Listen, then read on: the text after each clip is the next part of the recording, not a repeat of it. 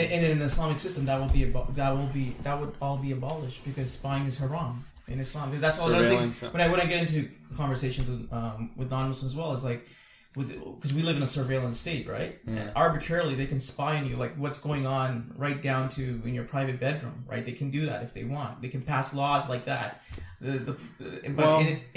Think about it this way. Yeah. It's not that there is obviously spying is tajassus. This is haram, as Allah mentions in the Quran. But think about it. It's, for example, this is a complaint that some Muslims born in the West have when they go to Muslim countries, if they have family in Muslim countries. Like, I have no privacy.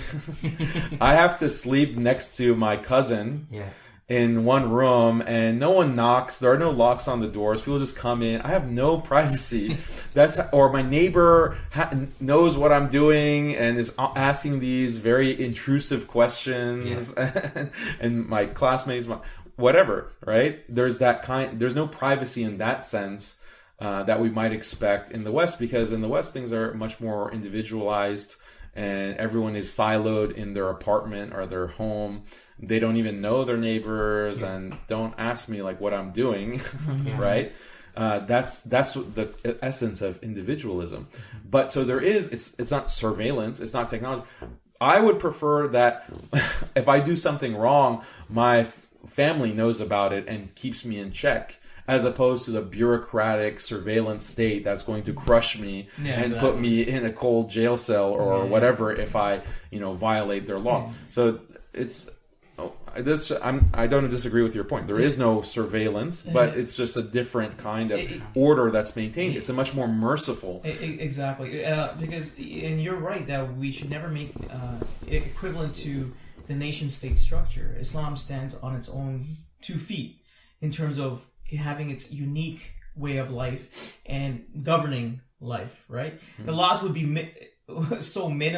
minimal compared to the nation-state laws, right? Because the whole, and we've covered this before with you as well, because the whole point of the Islamic system is there to facilitate taqwa in society, and that's all. As long as it's doing the job, everyone has the freedom to do what they need to do, right? But it's there to function as to facilitate God consciousness, or taqwa in society. Of course, because you have to there's a important connection between a governing structure of society and the psychology of those who are being governed. Mm-hmm.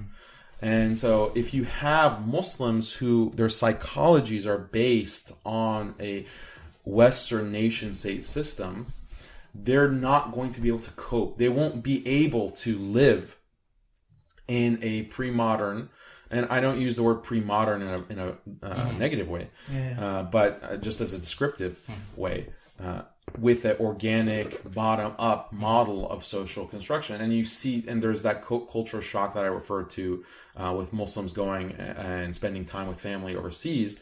How do we change the psychology? Mm-hmm.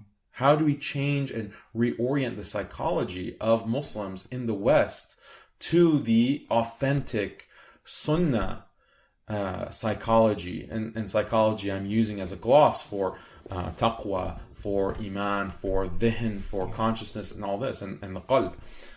That's a spiritual question. So you see the connection. You see the connection from the top, from the macro to the micro, and it's very important that things are happening in tandem. Mm-hmm.